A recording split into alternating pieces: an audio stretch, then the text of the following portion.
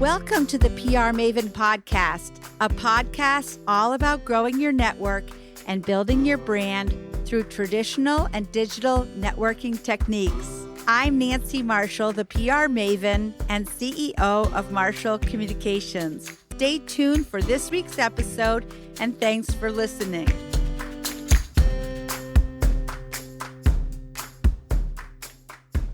Welcome, PR Maven Nation, to this week's episode, number 179, one of our mini episodes, a quick and informative look at how content creation can position you as a thought leader.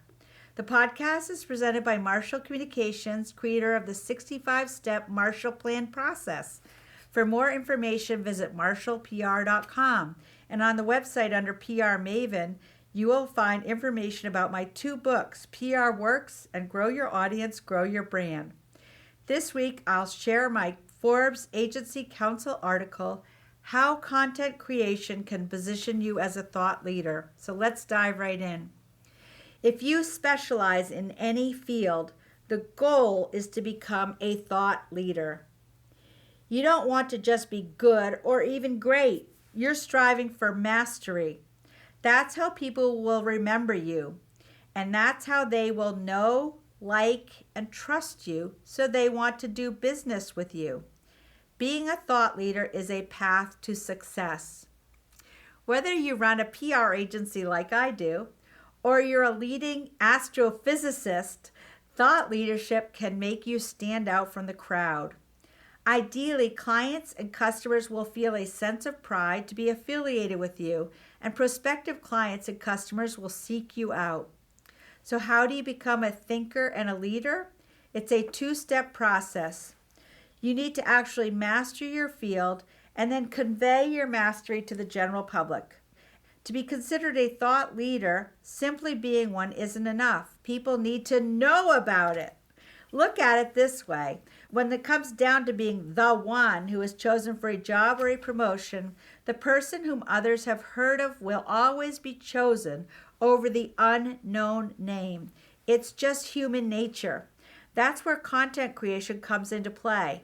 From writing op-ed columns to publishing books and producing YouTube videos, creating content enables thought leaders to convince others that they have indeed mastered their particular subject matter.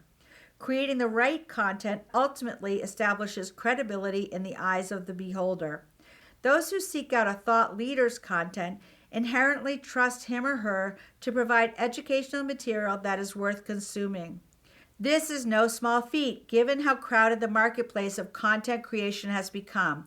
For example, a thought leader is constantly competing for Google search real estate, so those that search for a certain topic come across their name and not others. More than 60% of marketers invest in search engine optimization, or SEO. They are investing in being more findable and showcasing content to a prospective consumer. Of course, there are different kinds of content. Paid advertising is one, but it's by no means a be-all and end-all. Consumers, whether they're paying customers or just looking for information, are more likely to believe organic content, remember, trust and credibility. Blog posts, for example, can go a long way in establishing your mastery, even though you're not necessarily advertising with them. The podcast is another important tool these days. More than 140 million Americans have listened to a podcast, with about 90 million listening on a monthly basis. That's why I put out a new podcast every week, and you're listening to it. I'm not generating millions of dollars in advertising revenue. Actually, I'm not generating any ad revenue, but I am creating organic content that adds value for people as well as my PR agency. So when people search for my name, my agency's name, or PR topics in general, organic content of mine is more likely to come up. Between 70% and 80% of consumers prefer organic search results as opposed to paid search. In fact, organic SEO is nearly 6 times more impactful than paid search ads. The key is to create content regularly so you can reach your current audience and new audiences with new information. If people turn to you for education of some kind, they will want to keep coming back for more. If you've established trust and credibility. In addition to my weekly podcast, that's why I'm publishing my second book and launching my first online course on message mapping. Yes, I run a PR agency full time, but I carve out time and effort to create content because it's important. And I'm also trying to be a role model because when I tell people that they should do it, I should be doing it myself. I'm passionate about what I do, and I have a lot to share after having worked in PR for over 30 years. After all, if you're a thought leader, you want people to know that you're still thinking. Believe me, I am. They want to know that you're passionate about what you do, and I am. With consistent content creation, you can show that you're working and producing. It's like your heartbeat. Every piece of content becomes a part of your body of work over a lifetime or over your career. Athletes have wins and losses to their name, and thought leaders have everything they have produced and published over the years. Eventually, if you're creating the right content, people will watch and listen and read. They will remember who you are, and they will want to discuss business with you. They will want to do business with you. Build it, and they will come. For more insight, get access to my latest book, Grow Your Audience, Grow Your Brand, by visiting prmaven.com/giveaway and download a free copy today. And here is my friend, Mike Duguay, to share how PR Works and Grow Your Audience, Grow Your Brand have helped him. After reading PR Works, I really started to think about how marketing actually works. And I know that sounds a little bit ridiculous, but what I realized is that each platform nowadays that we use out there in digital media and social media has its own nuance and also quirks to it.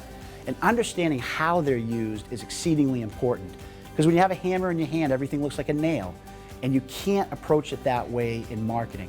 And that's where I think Nancy's brilliance really shined in PR Works. I think Grow Your Audience, Grow Your Brand is really sort of the manifesto of understanding that there's many different levels to marketing.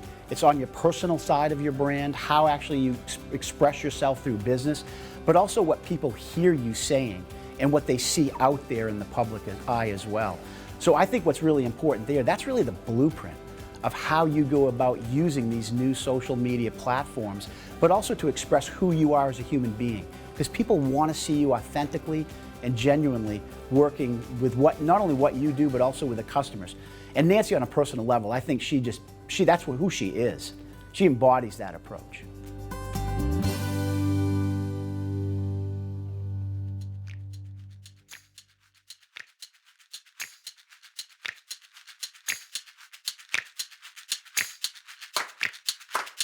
Thanks for listening to this episode of the PR Maven podcast. I invite you to share a review of the podcast on iTunes or your favorite podcast player. Be sure to subscribe to our podcast so you never miss an episode. You can also join the PR Maven Nation on Facebook. It's free to join, and it's a great community of like-minded individuals who are all looking to learn and grow from one another. If you use an Alexa device, use your Alexa app to search the Skills and Games section to find and enable the PR Maven Podcast Flash Briefing. This will give you access to exclusive content and more PR and marketing advice. Thanks again for listening, and have a great rest of your week, PR Maven Nation.